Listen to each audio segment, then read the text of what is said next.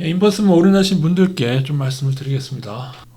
반드시 긴 기간 가져가시려면 1배여야 한다. 곱버스나 세배 곱버스는 세배 같은 경우에 긴 기간 가져가게 되면 1배보다 50에서 50% 정도를 그냥 까입니다. 자체가 10에서 20% 이격이 나는데 세배니까 거의 60%까지 벌어진다고 봐야 되고, 이건 제가 예전에 수치로 보여드린 바 있습니다. 지금의 지점에서는 인버스 올인하신 여러분이 오를 수도 있습니다. 좀 더 오르더라도 떨어질 수 있으니까. 하지만은 추가로 반등할 때에 죽지 않아야 됩니다. 지수가 꼬라박기 전에 보통 10에서 20% 반등은 보통 나오고요. 좀 심하게 더 많이 나오는 경우도 존재합니다. 닷컴퓨터 코스닥처럼요. 지점 반등이 좀 나온 지점이기 때문에 좀 더 버틴 여러분이 맞을 수도 있지만, 다만 저는 지금 중국이나 코스피 등 저평가 지수 인버스는 좀 동의하기가 힘듭니다. 이거는 제가 몇 년 전부터 제레미 그랜섬 얘기를 드리면서 그분은 중국과 일본이 저평가라는 얘기를 했었고, 그중에 일본이 제일 저평가가 크다고 얘기했었죠. 일본이 작년인가 올해인가 어느 기간에는 나스닥의 상승폭을 넘었었어요. 엄청 올랐죠. 중국도 지난주에 15%인가 지수만 그렇게 급등을 했습니다. 나스닥이 언제 꼬라박히느냐에 따라 달라지겠지만, 만약에 나스닥이 올해 말까지 버티거나 버텨주고 급락이 없거나 아니면 내년 1분기까지 어느 정도 올라줄 때 우리 증시도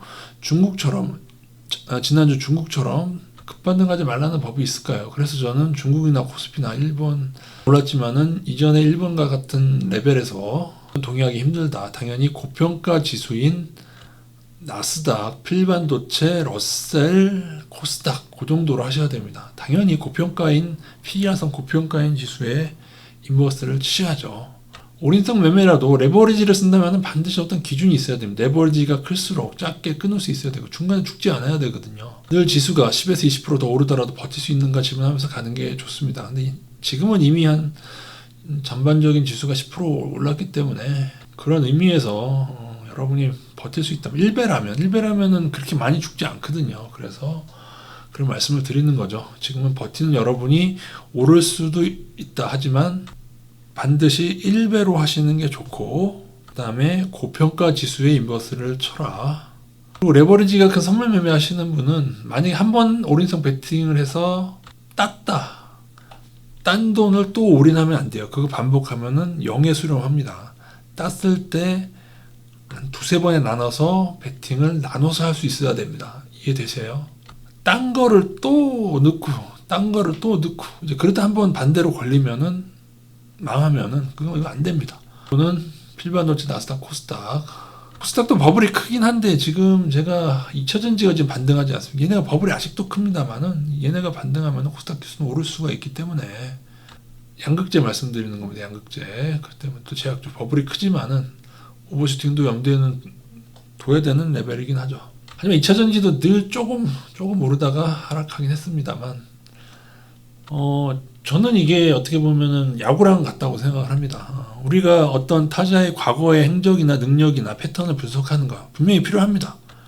하지만 그러한 모든 것 중에서도 이 사람이 변화구를 던질 때가 있다는 거예요. 그동안 쓰지 않던 변화구를 던졌을 때에 내 전 재산이 날아가면 안 되는 거예요. 작년의 과거 패턴의 분석상 작년 말이 가장 위험한 시기라고 했음에도 불구하고 제가 인버스를 포트폴리오상에 많이 가져가지 않는 이유가 뭔지 아세요?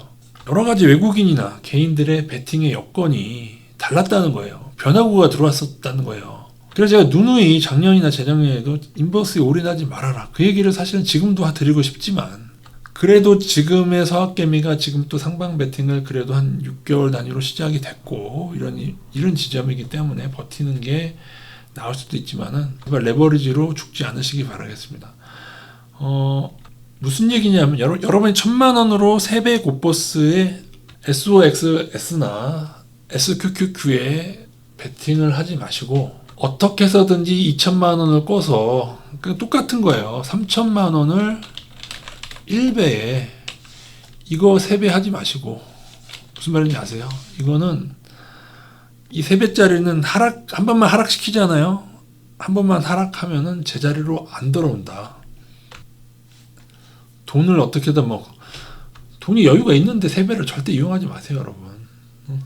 3천만 원 3배 하는 게 어떻겠냐고요? 여러분이 고점을 맞추시는 신기가 있으면 하세요. 저는 그런 신기가 없습니다, 여러분. 그래서 지수가 더 오르더라도 1배로 여러분이 버틸 수 있다면, 여유가 있다면은 뭐 말리고 싶은 마음은 없다. 다만 레버리지로 죽지 않기를 바란다. 그리고 제가 힘들지만 날마다 어떨 때는 매일 아니면 뭐 이틀에 한 번씩, 2, 3일에 한 번씩 이렇게 인버스 비중을 짜드리는 이거는요.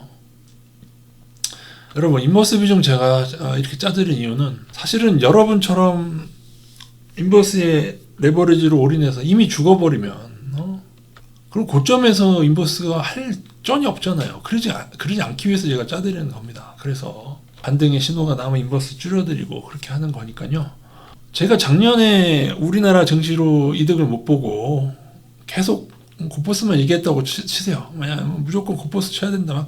그래서 여러분을 다 거덜냈다고 치세요. 쳐봐요. 나스닥 진짜 고점에서 위험성이 씨알도 안 먹힐 겁니다. 그나마 이렇게 조절하면서 오를 만한 때에 변화구에 대응해서 그나마 살아남았기 때문에 그래도 일부라도 씨알이 먹히는 것이죠.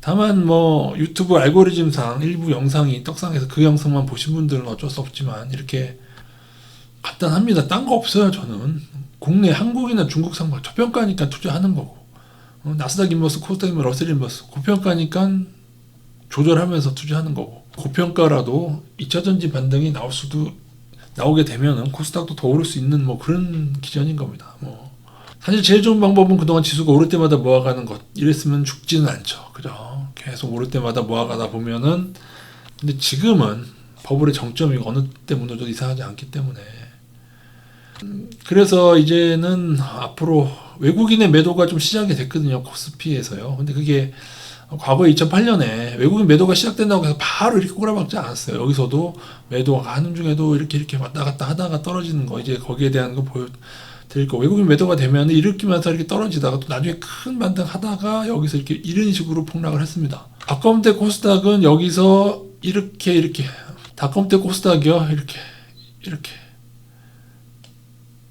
이렇게 여기를 살짝 넘었다가 이렇게 폭락을 했고요. 제가 늘 말씀드리지만은 코스닥처럼 이렇게 3번을 올려버리면 저도 자신이 없다. 솔직히 말씀드리면. 게다가 살짝 넘고 얼마 안 있다 이렇게 꼬라박히면 이거는 저도 자신이 없습니다. 하지만 앞으로의 대응은 최대한 하겠지만은 여러분에게 이 자식의 변화구에 당하지 않으려면요. 1배로 하시고 고평가 지수의 인버스를 하십시오. 몇 년 전만 일본이 빌빌거릴 때, 일본의 주가가 빌빌거릴 때 일본 무시했던 사람들이 꽤 있었어요. 오르고 나니까 또 일본을 찬양해. 이게 뭐예요? 중국 지금 빌빌거렸다가 지난주 오르니까 또 찬양해야 됩니까? 더 오르면 어떻게 될 거예요? 물론 이제 뭐 다시 좀 떨어질 수도 있긴 한데요, 중국도. 물론 전반적인 나스닥 지수가 급락하는 때에는 중국과 한국도 같이 떨어질 겁니다만은 확실한 건 많이 오르고 거품이 큰 지수가 많이 떨어진다. 그렇게 알고 계시면 되겠습니다. 어쨌든 제일 좋은 것은 적립식으로 모아가는 것이었겠지만은 저도 성향이 그랬었고 지금 이 얘기를 들으신 분들 여러분도 그렇겠지만, 그렇다면은 요 원리도 꼭 기억하세요. 요거 한번 땄을 때 계속 오른쪽 반복하죠. 요것도 되게 중요합니다, 여러분. 요것도요. 여러분이 한 번만 베팅하고 멈출 수 있다면 하세요. 그렇게 안 돼요. 따고 나면 여러분 멈출 것 같죠. 그렇게 안 돼요. 따도 멈출 수 없고 잃어도 멈출 수 없는 게 레버리지 베팅입니다, 여러분. 다만 그 베팅을 할 때 그나마 조금 여러분에게 살아남을 수 있는 방법을 제 경험을 통해서 말씀드리는 것 뿐입니다. 부디 바라기는 좀 지수가 완전한 급락은 아니더라도 조금 외국인 매도 나서 조금 좀 늘려줬으면 하는 바람도 있는데, 근데 그 생각은 전 늘 하거든요.